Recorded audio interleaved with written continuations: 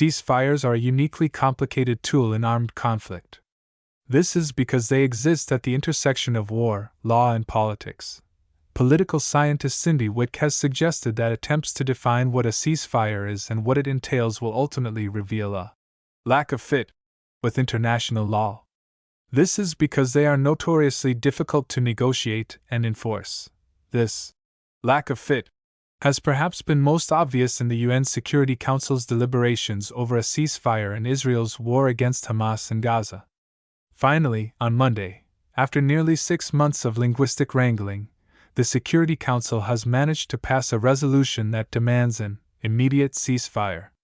It emphasizes the urgent need to expand the flow of humanitarian assistance. Entering the Gaza Strip. So, what will this resolution do in practical terms? And will it have any effect? It has long been held that embassies should be treated as off-limits to other nations. Yet in a single week, 2 governments, both long-established democracies, stand accused of violating, in different ways, the laws surrounding foreign diplomatic missions. First, on April 1, 2024, Iran's embassy in Damascus was bombed, presumably by Israel, killing several high-ranking commanders of the Quds Force of Iran's Islamic Revolutionary Guard Corps. Then, on April 5, Ecuadorian police forced their way into the Mexican embassy in Quito to arrest a former vice president of Ecuador who was seeking political asylum. Both actions have led to claims of international law violations and accusations that the Vienna Convention, which establishes the immunity of diplomatic missions, was contravened. As someone with a fair amount of knowledge of embassy life, I have served as Chile's head of mission in China, India, and South Africa and co-edited the Oxford Handbook of Modern Diplomacy. I believe the 2 incidents are of greater concern than much of the international community appears to be viewing them. The recent landmark decision in France to inscribe the right to abortion in the Constitution serves to protect the law that first legalized abortion in the country in 1975.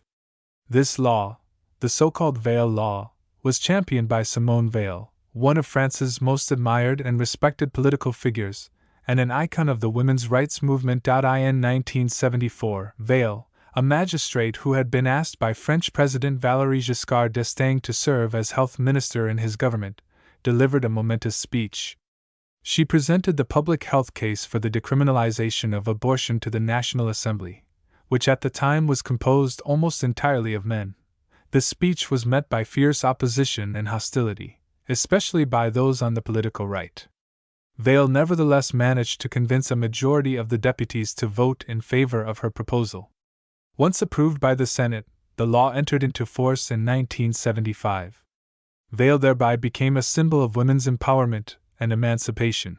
Following her political success at national level, Veil stood in the first direct elections to the European Parliament in 1979. Once elected, the Parliament chose her as its president, and she became the first woman to head any of the European institutions.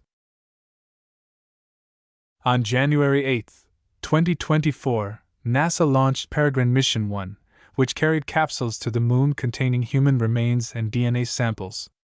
The goal was to deposit human remains on the lunar surface, and to release the content of the capsules in space. Some of the only firm opposition to the mission came from the Native American Navajo Nation. According to their culture, such activity is a desecration of the Moon. NASA's response was telling. They were unable to check the payload's contents, as they belonged to a private company. Private companies depositing human remains in space is not a new idea. In 1999, an orbiter was deliberately crashed near the lunar South Pole, scattering the ashes of the astronomer Eugene Shoemaker. Though it was a NASA craft, the capsule carrying Shoemaker's ashes had been arranged by a private company. As more and more private actors venture into space, new issues are emerging. International law needs to promptly and carefully regulate all space activity in order to safeguard the future of space exploration. Microplastics and nanoplastics are everywhere in our environment, including in our oceans and lakes, farmland, and even Arctic ice algae. Microplastics have also been found inside of us, with studies detecting them in various tissues including in the lungs, blood, heart, and placenta.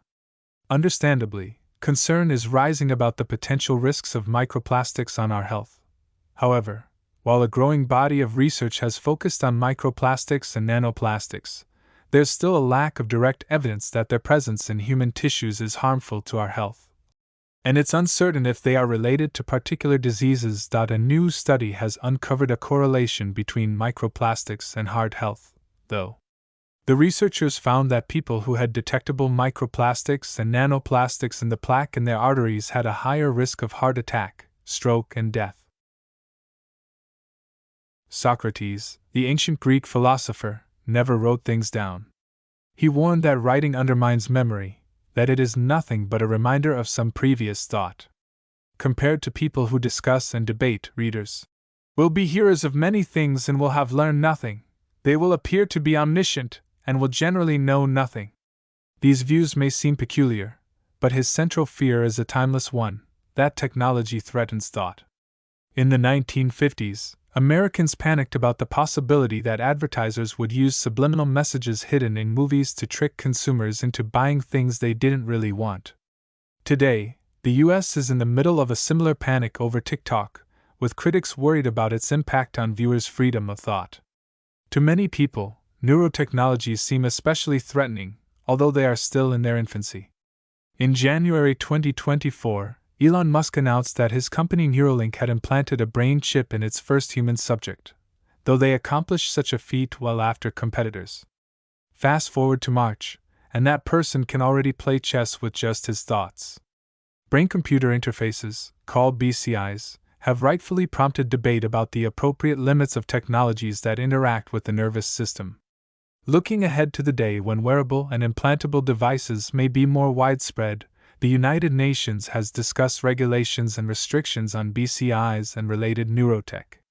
Chile has even enshrined neurorights, special protections for brain activity, in its constitution, while other countries are considering doing so. In Europe, increasing efforts on climate change mitigation, a sudden focus on energy independence after Russia's invasion of Ukraine, and reported breakthroughs in nuclear fusion have sparked renewed interest in the potential of nuclear power. So-called small modular reactors, SMRs, are increasingly under development, and familiar promises about nuclear power's potential are being revived. Nuclear power is routinely portrayed by proponents as the source of limitless amounts of carbon-free electricity. The rhetorical move from speaking about renewable energy to fossil-free energy is increasingly evident and telling. Yet nuclear energy production requires managing what is known as spent nuclear fuel, where major problems arise about how best to safeguard these waste materials into the future, especially should nuclear energy production increase. Short-term storage facilities have been in place for decades, but the question of their long-term deposition has caused intense political debates, with a number of projects being delayed or cancelled entirely. In the United States, work on the Yucca Mountain facility has stopped completely, leaving the country with 93 nuclear reactors and no long-term storage site for the waste they produce. The 21st century has witnessed an unprecedented surge in technological advancements, with artificial intelligence emerging as a worldwide transformative force across the economy. The integration of AI-based technologies into regional economies through the manufacturing and design of goods such as smartphones and smart speakers has sparked significant changes, leading to increased efficiency, innovation, and economic growth.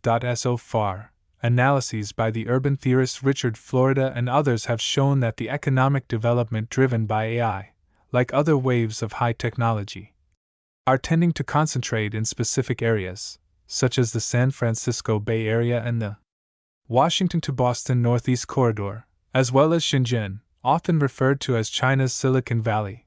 All are centers of innovation with vibrant tech ecosystems and home to leading global tech companies, such as Google, Apple, and many AI startups in the case of Silicon Valley, and Huawei and Tencent in the case of Shenzhen. The ability of AI-based technologies to augment rather than replace human capabilities in such hubs has led to the creation of new job opportunities. This suggests that regions that actively support the development of these technologies are likely to witness a positive relationship between workforce transformation and economic growth. In recent years, Antarctica has experienced a series of unprecedented heatwaves. On February 6, 2020, temperatures of 18.3 C were recorded, the highest ever seen on the continent, beating the previous record of 17.5 C, which had only been set a few years earlier.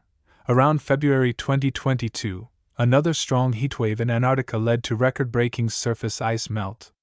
In March of the same year, East Antarctica saw its strongest ever heatwave, with temperatures soaring to 30 C or 40 C higher than the average in some areas. Over the last year, we have seen the lowest levels of Antarctic sea ice coverage since records began. Events in recent years have bordered on the unbelievable, and it is difficult not to link them to climate change.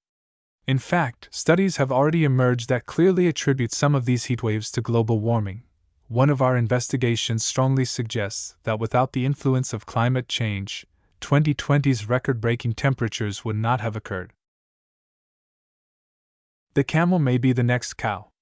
An animal that once grazed and browsed over huge distances is increasingly being enclosed in vast Middle Eastern dairy farms, where thousands of camels are milked by machine. This is the model of sedentary farming that produced modern cows, sheep, and pigs. Camels have so far resisted it, yet in certain ways, they are ideal livestock for the next climate reality. Camels evolved to cope with very hot days and freezing cold desert nights. They can go for days with little water or vegetation, and produce less methane than cows, sheep, and other ruminants. These traits make camels uniquely resilient to climate change, and mean they can play a key role in adapting food production as the climate changes, especially in deserts and other drylands. But the same traits that make camels well adapted to climate change also make them increasingly attractive targets for intensive farming.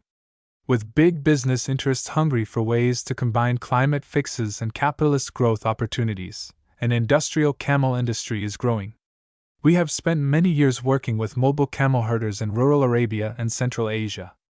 We fear that a switch to industrialized camel farming will not only be bad for the environment, but will also mean crucial traditional knowledge and intangible cultural heritage is lost.